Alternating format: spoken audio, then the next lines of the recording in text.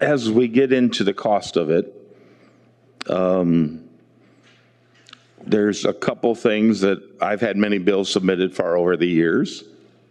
I'm going to give you a compliment on one of them in a minute, which I don't always do. And I know we've sped up the time with the Office of Investigator General, but you have to realize the cost to the state of Illinois that you're doing when these cases, it's great when we can get them taken care of in 30 days, but when we have cases that are taking over 90 days, taking over a year, we're paying that employee to stay at home and not work a lot of times in these cases, which is now forcing us to make our other employees work double shifts when they're already working 40 hours a week, and they are now mandated to work an extra 2 days of overtime. So now they're working 56 hours, which then causes more stress on them, can also cause more stress more aggression, they're not as happy, or they're worn down. It's harder to work with these residents with special needs. So we're having the cost of overtime. We're having the cost of paying that person to sit at home. We need to speed this process up more. And when we're investigating abuse, yes, I know we have to work with the state police, but we need to find a way to work together, because when you're going through these cases, it's awful hard to remember exactly what happened over a year ago. It's hard to find the people there because of the turnover we have in employees and retraining employees. We lose that time when they move on because of the mandatory overtime they've had to take. So we're adding millions of dollars to the state budget every year because of this. I know we have sped it up. We've got to speed it up more. For the last several years, I have been very verbal in against this agency for hiring practices. And I do want to say that, yeah, they couldn't let a bill from Representative Meier pass through the Senate and House, but hiring is going back more to the on-site hiring that we used to have, where we see the person walk in. We know that somebody's not online filling it out for them. That's saving us 2 or 3 months of maybe paying a person we've hired that when they walk in, we find out they can't even read or write. But I think we need to have the ability to work with all representatives and all senators from whatever side of the aisle they are when we have these suggestions that we could have been doing 3 years ago already and saving the taxpayers of Illinois much money, other than saying, well, we're not going to let this happen.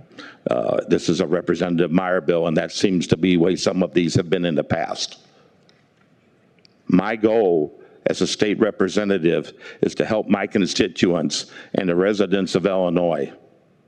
And it shouldn't matter what party I am, and it shouldn't matter how hard I work for people with disabilities. That should be everybody's goals. And that doesn't always happen. And that's why I have more problems, and I will get into them later, or if they want me to start in on right now on a lot of my issues I have with the agency, I can. But you know, everybody sitting in this room here is worried about the residents of Illinois. We have to go out there.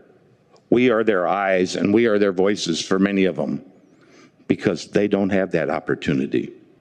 Just as we keep going through this, and I know I've got other chances to talk today again, but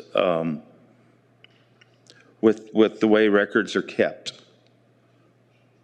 can you find a current record for us to at least show how many DHS clients are currently in jail and how many are missing from the system right now?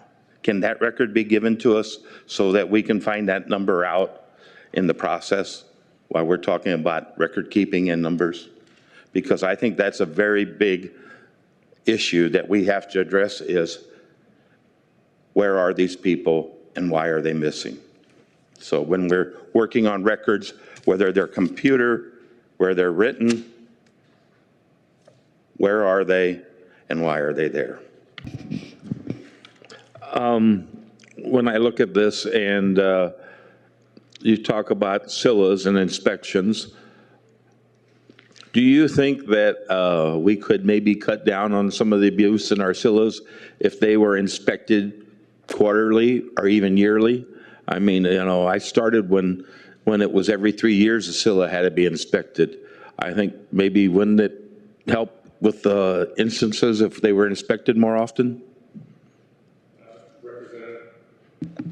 I believe that would naturally flow from that question, that would make sense.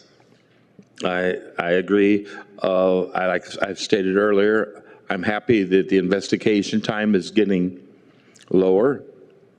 I do realize that the population we're working with have severe disabilities, but are also, some of them are quite creative, and they've realized that they don't like an employee, and they can say something about that employee which is farthest from the truth, but then they get put on administrative leave.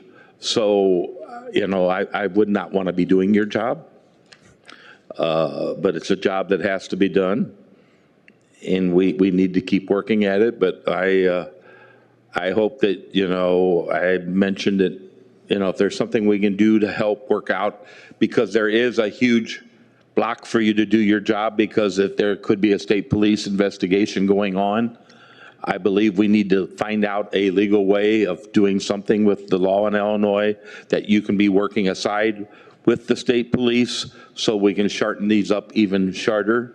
That's where your long ones are coming in from, and I would be glad to work with you on those instances. And just like I hope that we can work together to find a way. I know E for E goes into our SODCs quarterly, and I believe our SILAs should be inspected also like that. Thank you.